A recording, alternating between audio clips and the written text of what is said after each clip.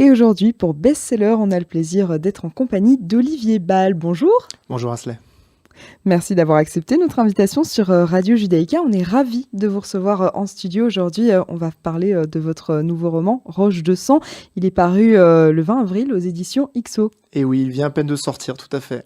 Il vient à peine de sortir. Ouais. Alors moi, je vais livrer un petit secret à nos auditeurs. Personnellement, je l'ai lu en entier, en long, en large et en travers. Je l'ai trouvé vraiment génial. Alors, Roche de sang, c'est un thriller plutôt glaçant. Le moins qu'on puisse dire, c'est qu'il nous fait voyager, et pas seulement dans plusieurs pays. On voyage aussi dans le temps.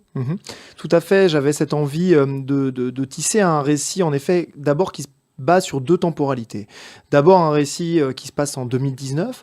On va partir à la rencontre de Marie Jansen, qui est agent d'Europol et qui est sur les traces d'un milliardaire serbe. Ça fait 1 an qu'elle enquête sur lui, mais malheureusement, au début de l'histoire, on découvre le corps de cet homme égorgé dans son appartement de Londres.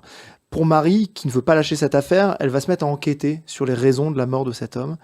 Et cette enquête va la ramener aussi vers ses origines, puisque au pied du cadavre, on découvre une inscription en lettres de sang, "Ce la mia ferita sia mortale", qui est du corse, qui veut dire que ma blessure soit mortelle. Marie est d'origine corse, et elle va partir pour une enquête à travers l'Europe, qui la ramènera in fine en Corse. Une deuxième narration, en effet, l'autre partie de l'histoire se passe en 1993. On part à la rencontre de 2 frères, Ange et Théo Biasini, qui ont décidé de monter des braquages en Corse sur des yachts de milliardaires. Mais ils vont faire une découverte qui va tout changer pour eux. Et moi, ce qui m'intéressait ici, c'est en effet de jouer un petit peu au chat et la souris avec le lecteur et les lectrices. C'est justement que vous essayez de trouver du sens, des liens, il y en aura évidemment, et puis l'envie aussi peut-être de raconter une odyssée un peu tragique comme ça, qui s'étire sur le temps, montrer combien finalement les cicatrices du passé ne s'effacent jamais. Alors évidemment, le but, c'est pas de spoiler, mais moi, je vous avoue, vous m'avez bien eu, en tout cas, si je puis dire. Alors, c'est vrai qu'on retrouve justement l'histoire de Ange et Théo Biasini, et aussi de leurs 2 amis avec qui ils montent des braquages, Fred et Doumé. On passe beaucoup de temps en Corse quand même. C'était voulu, Oui. La Corse, c'est spécial pour vous ? Oui, c'est vraiment ma patrie de cœur, la Corse. Je ne suis pas corse d'origine, mais on va dire que ma famille est très liée à cette île depuis très longtemps maintenant. J'ai remonté un peu le temps aussi en écrivant cette histoire sur l'histoire de ma famille, et il s'avère que mes arrière-grands-parents, pour l'anecdote, ont fait leur lune de miel en 1900 en partant sur les sentiers corses avec donc à dos de mulet avec un âne, en marchant de bergerie en bergerie. On est originaire d'une famille de montagnards. Mon grand-père, dans une note un peu plus sombre durant la Seconde Guerre mondiale, était le plus jeune médecin de guerre de l'armée française, et il avait 24 ans, je crois, en 1944, et il a fait le débarquement méditerranéen aux côtés de ses camarades. Lui se battait aux côtés des goumiers marocains, et donc il a fait le débarquement en Corse, et puis ensuite à Marseille.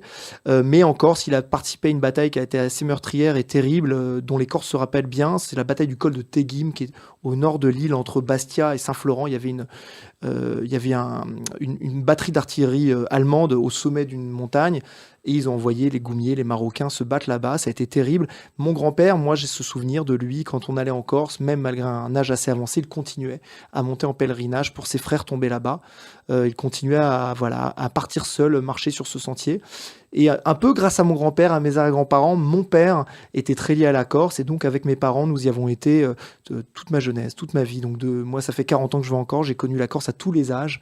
J'ai appris à nager là-bas, j'ai appris à plonger là-bas, un peu comme Ange dans le roman. Moi, j'aime beaucoup l'apnée, et aujourd'hui, ce qui est drôle, c'est que je passe le relais, puisque ce sont avec mes enfants que je nage maintenant aujourd'hui. Et donc, cette envie, c'était de raconter la Corse que j'aime. L'envie est là depuis très longtemps en moi de faire un livre qui soit aussi comme une déclaration à la Corse et aux Corses. Donc moi, c'est l'endroit où je me sens le plus entier, quelque part, et donc j'avais envie de peut-être traduire à ma toute petite échelle l'émerveillement que je ressens là-bas parfois. Mais là, on est dans un contexte un peu différent, puisque je rêvais aussi en parallèle de raconter un grand western crépusculaire encore. Je trouve que c'est une terre qui s'y prête plutôt bien, et j'espère y être arrivé. Voilà. Alors, on traverse vraiment la Corse. On passe par Calvi, Luciana, par plusieurs autres villes. Je suis personnellement jamais allée en Corse, et j'avais vraiment l'impression d'y être en lisant votre roman. Ça m'a donné très envie de voyager là-bas. Mais on ressent aussi qu'il y a une vraie ambiance. C'est cette ambiance de vendetta, de clans, de gangs qui s'affrontent entre eux. On est dans la vengeance, dans du sang. C'est vraiment comme ça, là-bas, en Corse? Alors non, hein, là on est vraiment dans une fiction. Je revendique une écriture, voilà, qui est une fiction. Je me suis énormément documenté avant l'écriture du livre sur l'histoire du grand banditisme corse, les racines du grand banditisme corse. J'ai pu discuter avec des gens, à Eric Arella, qui est un grand monsieur de la police judiciaire française, qui a travaillé pendant 10 ans sur la zone corse. Donc il m'a parlé, qui m'a expliqué vraiment comment on peut expliquer que le grand banditisme soit autant développé en Corse, notamment à partir des années 80-90. La raison, elle est assez simple, c'est que tous les yeux étaient rivés sur le nationalisme et le combat contre le nationalisme corse, et pendant ce temps-là, le grand banditisme a pu se développer comme une gangrène. J'ai pu discuter avec des membres d'associations qui aujourd'hui se battent depuis 5-6 ans pour lever la loi du silence. Donc quelque part, ce que je veux aussi expliquer dans le roman, à ma petite échelle, c'est qu'évidemment, on pourrait croire que ça commence peut-être avec certaines choses qui paraissent peut-être un peu clichés sur les Corses, parce qu'on va parler de grand banditisme, on va parler de vendetta, mais j'essaie d'avoir un regard un peu différent, d'expliquer par exemple que la vendetta, on est loin des clichés de ce qu'on imagine, avec des brigands qui partent dans le maquis pour se venger. En réalité, la vendetta, c'est une réponse à des siècles d'oppression des Génois en Corse. En gros, les Génois ont passé 5 siècles à diriger d'une main de fer la Corse, sauf qu'ils n'ont jamais laissé les Corses être autonomes et créer leurs propres lois, donc il n'y avait pas de justice. Il n'y avait aucun organe de justice, c'était vraiment, en fait, ils ne faisaient que les exploiter. Donc en fait, la vendetta s'est créée un peu en réponse à ça en Corse. Les Corses ont créé finalement un système pour pouvoir avoir une vengeance en cas de vol, de viol, de violence, donc qui était très codifié, mais qui, il est vrai, pouvait s'étendre sur plusieurs générations. Donc il y a une forme de, comment dire, il y a une forme de noirceur peut-être qui habite un peu le peuple corse, mais ce que j'essaie de montrer dans le livre, c'est que voilà, au-delà de mes personnages qui sont certes des bandits et des braqueurs, il y a aussi une culture de l'accueil. Ça a toujours été une terre d'accueil, la Corse. Quand on frappe à une porte corse, on ouvre et on laisse rentrer. Ça s'est prouvé durant l'histoire, hein, notamment durant la Seconde Guerre mondiale. Vous le savez, la Corse a été une terre d'accueil de nombreux exilés, des réfugiés, mais aussi une terre où des Juifs ont pu trouver refuge. Et donc, j'essaie de montrer ça aussi, c'est que c'est une terre compliquée, complexe, comme les gens là-bas. Et j'essaie de sortir un petit peu des préjugés qu'on peut avoir sur cette île. Alors, parallèlement aux frères corses et à leurs amis, on rencontre également Danica, Tatiana et Liuba, qui sont des jeunes filles originaires des Balkans. 1993, c'est pas anodin comme date, on est en pleine guerre et toutes les atrocités, toutes ces familles qui ont été dispersées, tuées. Là-bas, c'était important aussi pour vous d'en parler un petit peu ? Oui, tout à fait, puisque le cœur du récit parle des cicatrices du temps et des rédemptions impossibles. Donc d'un côté, on a cette histoire avec Angers Théo, qui font tout pour se racheter de leur passé, puisque ils sont les héritiers du clan Biasini. Leur père était le parrain du clan du Mistral pendant de longues années. Donc ils ont grandi dans l'ombre de cet ogre qui était destructeur. Donc ils ont grandi dans un monde de violence.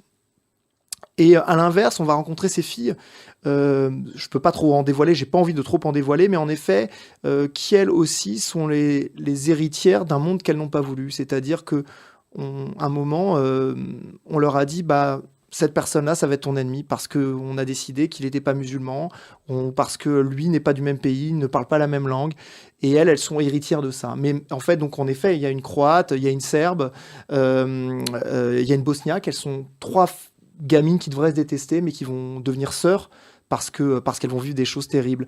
Et quelque part, c'est, je pense, un peu une ode aussi à la différence et au respect de l'autre. Et voilà, et ça m'intéressait de parler de la guerre des Balkans, de cette Europe qu'on a oublié un petit peu. On efface un peu nos cicatrices, on fait tout pour les oublier, voilà, de cette Europe qu'on tait, de ces gens qui se déchirent, et puis tous ces personnages qui sont tous perdus en fait et qui vont peut-être se retrouver ensemble. Et une toute dernière question, Olivier Bal, justement, vous parlez de cette ode à la différence et on retrouve d'autres thématiques dans votre roman, l'amitié, la famille, les difficultés qu'on éprouve face à certains choix, surtout quand on est vraiment au début de l'âge adulte.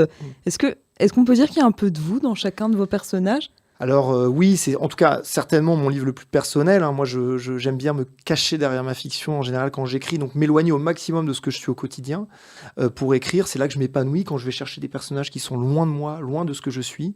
Mais il est vrai que là, vu le sujet, la Corse, comme je vous le disais tout à l'heure, je fais appel à beaucoup de souvenirs personnels. Au gré du livre, sont glissés beaucoup de mes souvenirs à moi. Et puis plus largement, cette histoire de famille, cette histoire de voilà les cicatrices du temps. Je pense qu'il y a une part de nostalgie. Moi, je suis quelqu'un d'assez nostalgique.